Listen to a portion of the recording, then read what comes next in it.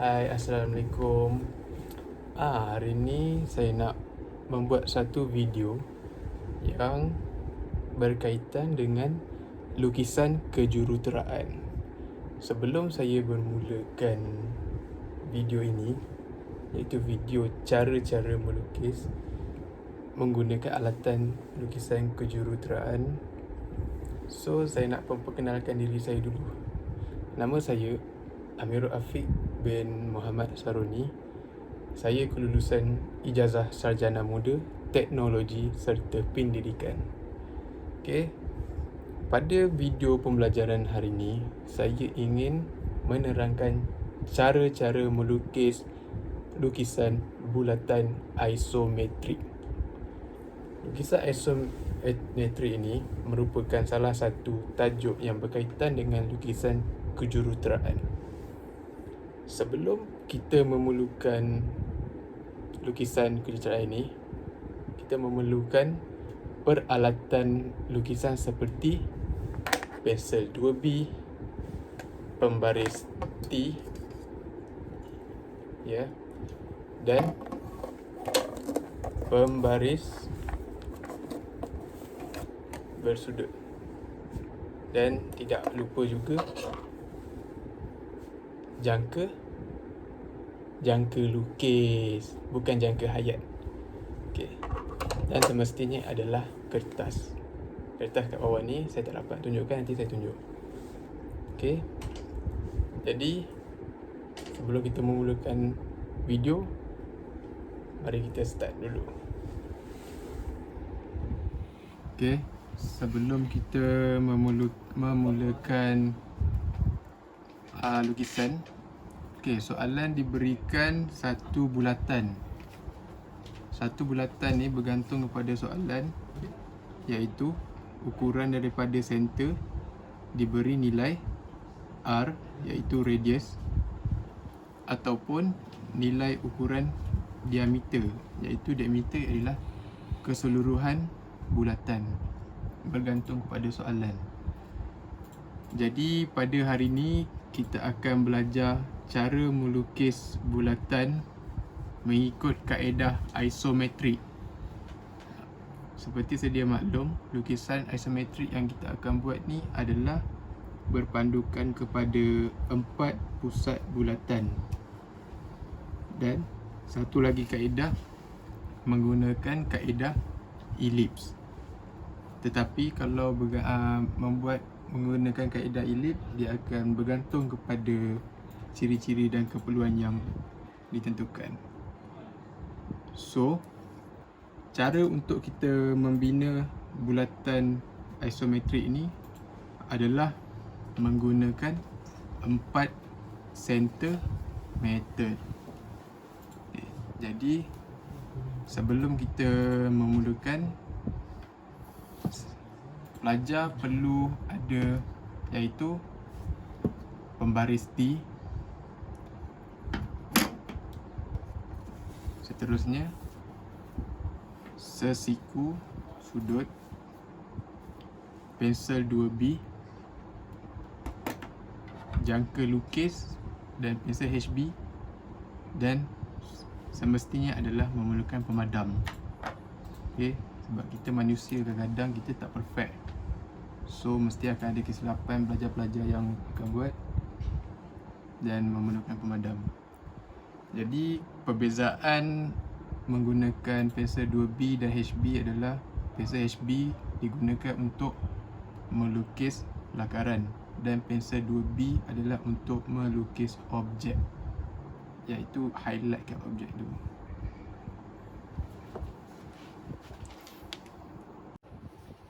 Soalan telah diberikan, iaitu panjang diameter.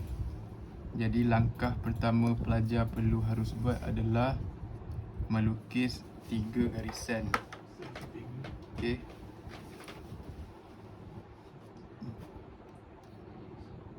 Garisan. Okey. Langkah pertama adalah melukis garisan. Seterusnya kita melukis garisan X, iaitu paksi X,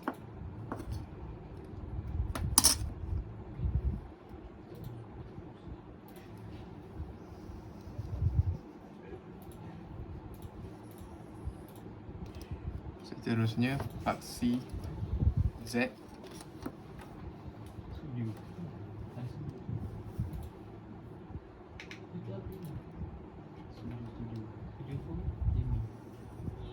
Dan seterusnya pelajar harus melukis paksi Y. Itu paksi menegak.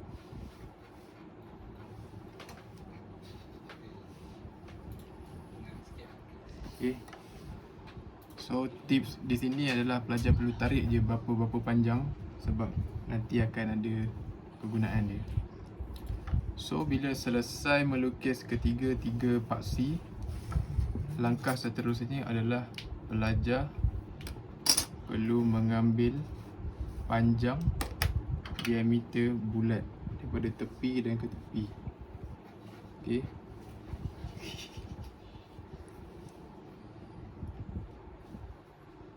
So daripada titik tengah sini kita tandakan ke sini dan juga tanda ke sini.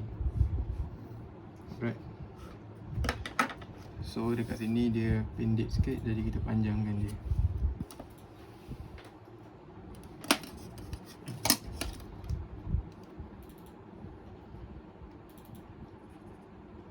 Okay, so dah tanda paksi X dan paksi Z.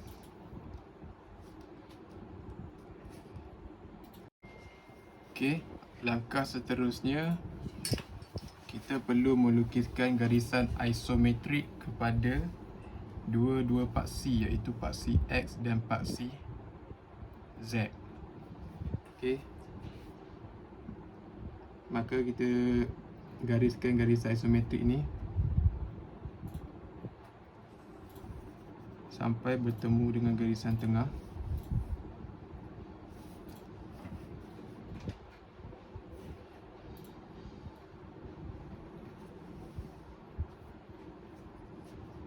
Dan seterusnya melukis garisan isometrik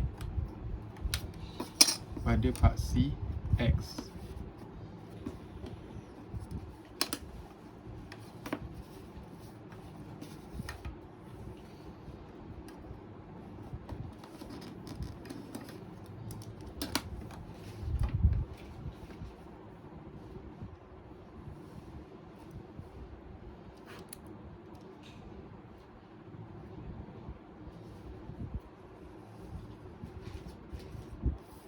Jadi maka terbentuklah kedua-dua garisan isometrik, iaitu pada paksi X dan paksi Z.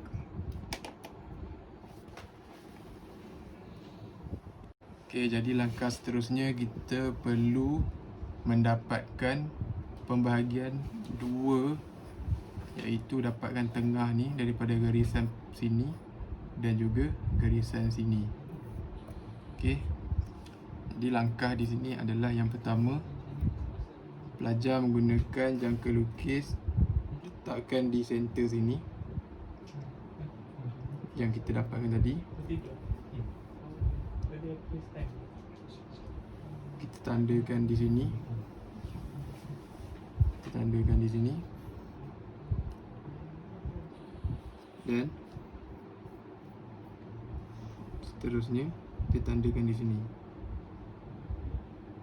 Okey. Jadi dapat titik persilangan di sini.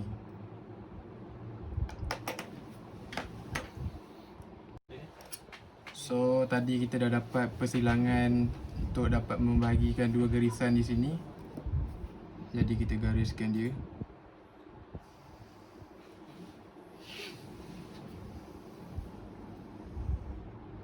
Maka di sini kita dapat titik tengah untuk garisan dua ini, iaitu pembahagian dua garisan. Jadi langkah seterusnya kita buat benda yang sama pada paksi apa? Paksi Z. Okey, macam biasa. Kita titik tengah di sini, tanda sini satu. Kita tanda sini. Kita tanda sini. Alamak, tak cerita. Sini dan juga sini.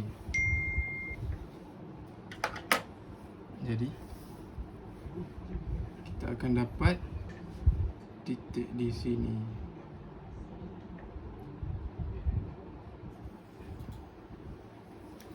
Okey.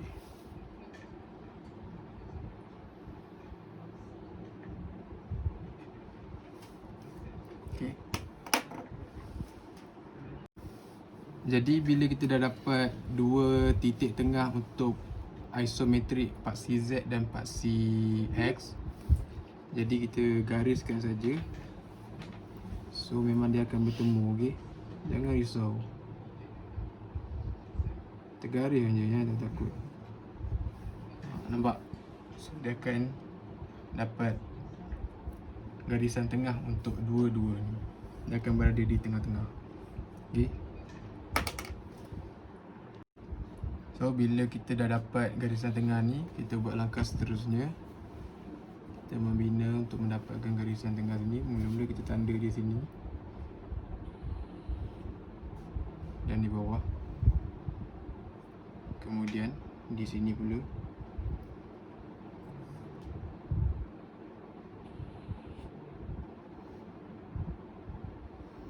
Alamak, tak sampai.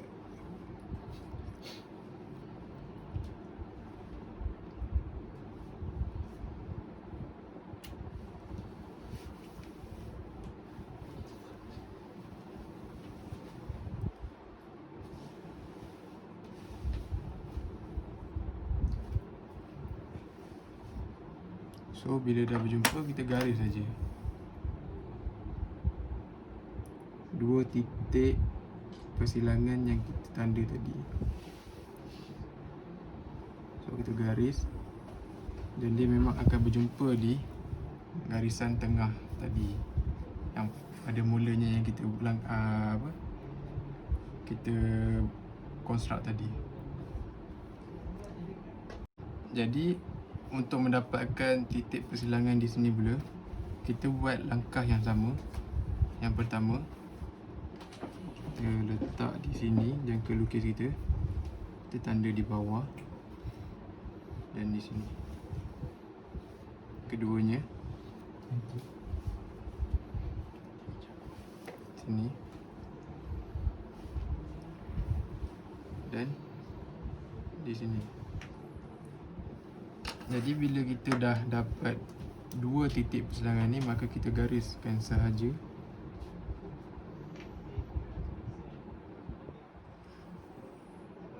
Maka kita di sini akan dapat 1, 2, 3 dan 4 mengikut 4 bulatan centered method.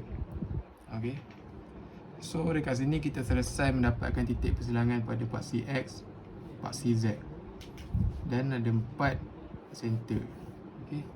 So dah tidak banyak, ada dalam 70% kalau pelajar dapat sini akan dapat markah. Okey. Jadi bila kita dah dapat 4 center tu, okey, bila kita dah dapat 4 center tu, kita gariskan sahaja. Okey. Garisan 30 darjah mesti akan dapat. Kalau tak dapat tu maknanya student salah buat lalu. Okay. Titik persilangan sini kita tanda ke sini satu, dan titik persilangan di sini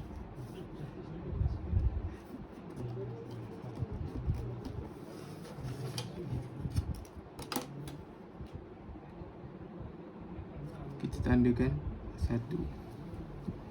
Okey, selesai. Okey, maka lukisan ini hampir siap dalam 80%. Okey. Jadi langkah seterusnya kita melukis lengkuk di sini dan juga di sini.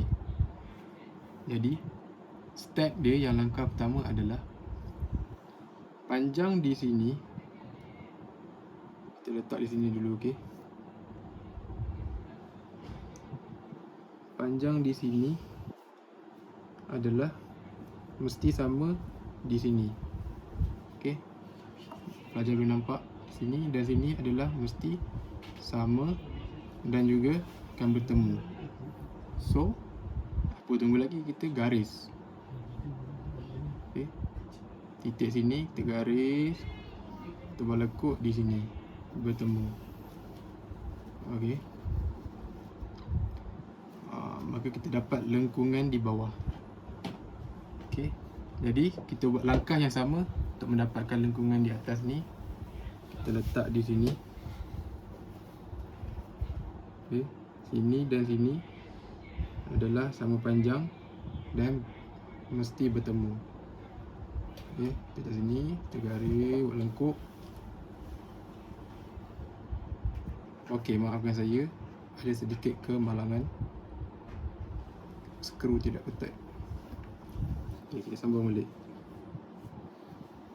Garis buat lengkuk. Okey. Dapat lengkungan kedua-dua. Ni di sini saya ingin memberi sedikit peringatan lah kepada pelajar. Pastikan jangka lukis dan pensel adalah ketat supaya tidak berlaku seperti tadi. Kalau tidak, ada sedikit larian ataupun contengan akan mendapat potongan markah. Okey, kalau pelajar dapat potongan markah sangatlah rugi sebab subjek lukisan kejuruteraan ni adalah subjek yang digemari oleh setiap pelajar mekanikal untuk kita skor. Okey. Okey, dah dapat dua dah. Okey, tadi kita dah dapat dua lengkuk bawah dan dua lengkuk atas. Tadi langkah seterusnya, pelajar membuat garisan. Okey. Garisan di mana persilangan di garisan asalan ini dan garisan tengah sini. Okey. Kita garis. Okey. Seterusnya, garisan di atas ini kita garis dengan garisan tengah di bawah ini.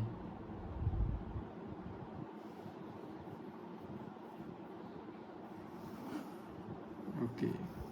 Maka kita dapat garisan persilangan di sini. Maka kita membuat lengkungan di sini. Langkahnya adalah titik tengah di sini.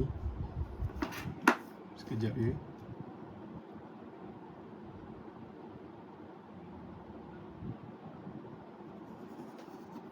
Okey. Titik tengah di sini. Okey. Kita letakkan dia di bawah ini. Okey, dia mestilah sama panjang dengan di sini. Okey, sama juga. Okey, kita buat bulatan. Okey. Kita buat bulatan. Oh, maafkan saya, dia longgar lagi.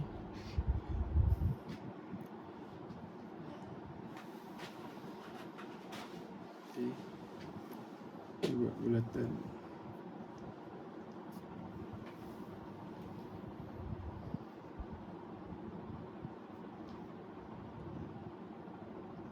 Okey, ni saya nak pesan kepada pelajar juga. Pelajar adalah menggunakan pensel yang pendek. Okey, bila panjang macam ni lah dia, sedikit mengganggu bila kita nak melukis dan mengambil masa. Okey, masa yang diberikan ketika final exam adalah singkat. So, pelajar haruslah memanfaatkan masa yang diberikan. So, di sini kita akan dapat bulatan elips. Okey, dia berbentuk bulatan tapi tidak sama dengan bulatan di bawah ni sebab dia panjang, ini pendek. So kita dapat yang belah kanan, kita selesaikan bahagian kiri. Langkah dia sama. Tadi kita dapat titik tengah di paksi apa tadi? Paksi X. So paksi X ni, titik tengah ini yang kita dapat tengah tu, kita garisan dengan garisan atas ni. Garis je, pekatkan. Okey. Sama juga dengan bawah ni, garisan asalan ini dengan sini, titik tengah atas ni kita garis. Maka kita akan dapat garisan tengah di sini, iaitu garisan persilangan. Sama juga letakkan jangka lukis di sini. Okey. Kita pastikan di sini dan di sini juga adalah panjang yang sama. So bila panjang yang sama, so tak ada masalah. Kita buat bulatan sahaja. Okey, alamak. Salah lagi. Buat bulatan. Okey.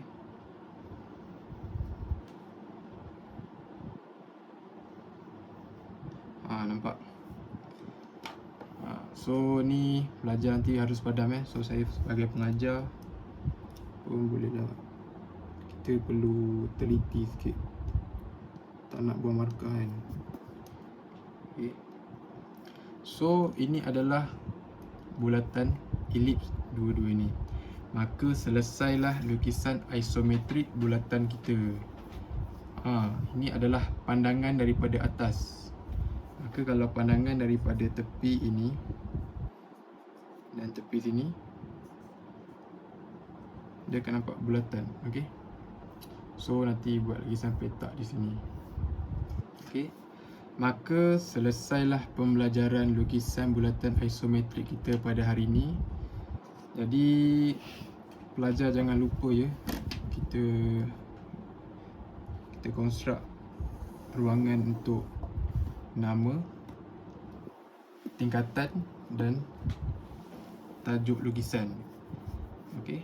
So maka selesailah lukisan bulatan isometrik ini.